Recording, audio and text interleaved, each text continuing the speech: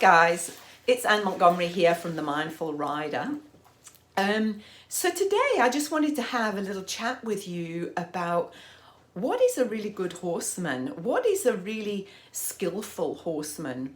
What are the qualities that they've got?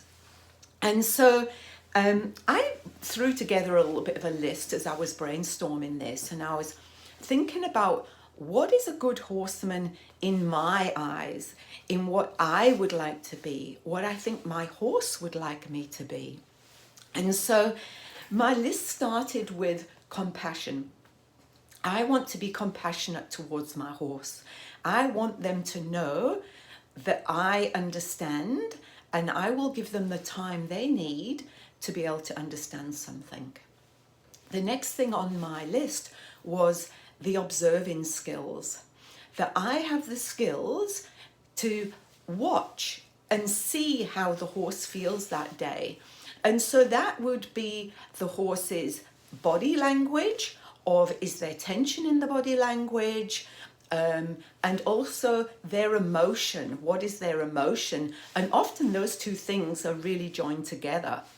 And so, for instance, if I go and put the saddle on my horse and they lay their ears back and I can feel that emotion of, I don't really want to be ridden today, I have to investigate that a little bit further. Is it the work I'm doing with the horse?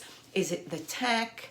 Is the horse uncomfortable that day? What is the issue? And I need to listen to that, because if I push through it, it is only going to escalate. So that is an interesting thing for you to think about. And I think good horsemen do that. Understanding when things are difficult. So if the horse is finding things really difficult, I need to notice that. Not get after them and say, come on, get on with it. You know what I want. I've got to say, okay, this is hard for you.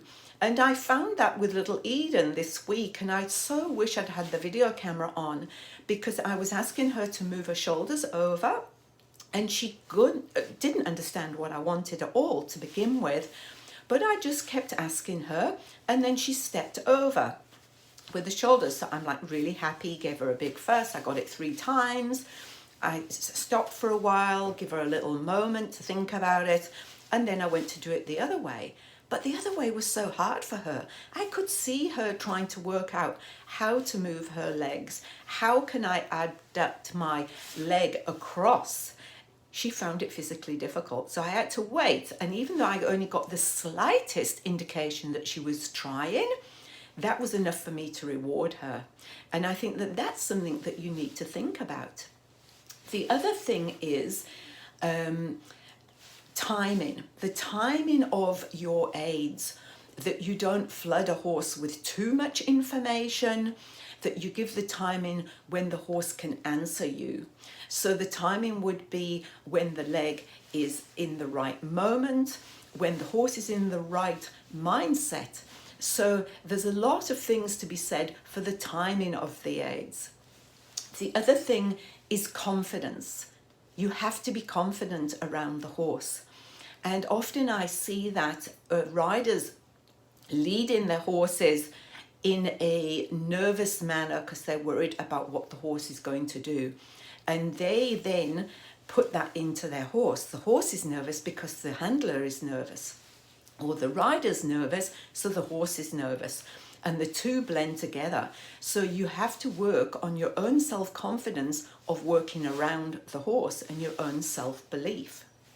What about patience? Have you got loads and loads of patience? Because when you're working with horses or animals or children, you've got to have lots of patience. You've got to wait. You've got to allow them to understand. You can't be in a hurry, because if you're in a hurry, it will for sure go wrong. So you've got to have lots and lots of patience. You've also got to have determination, that this is going to take a long time, but it doesn't matter how long it's going to take for the horse to understand this. I have the patience, I have the determination to wait for it to happen in harmony, not in force. Because if I force it, there's going to be resentment from the horse, or there is going to be a brace, or there is going to be an emotional reaction. And I don't want that either. So the other thing that I put on my list was grit. Grit is what all top riders have. They never give in. They keep trying. They keep looking for different ways to do things if one way doesn't work. And so you've got to have grit as well. And I'm sure there's loads of things that I've left off this list. And if you want to pop in a comment at the bottom, I would love it. And I would add it to my list. These were things that I just brainstormed up this morning when this was going through my mind. So I hope you all have a wonderful weekend. It's Friday, and I'm hoping that maybe you would consider coming into the starting steps, because all these things we talk about and we explain to the horse. So have a good day, everybody, and thank you for listening to me. Okay, bye.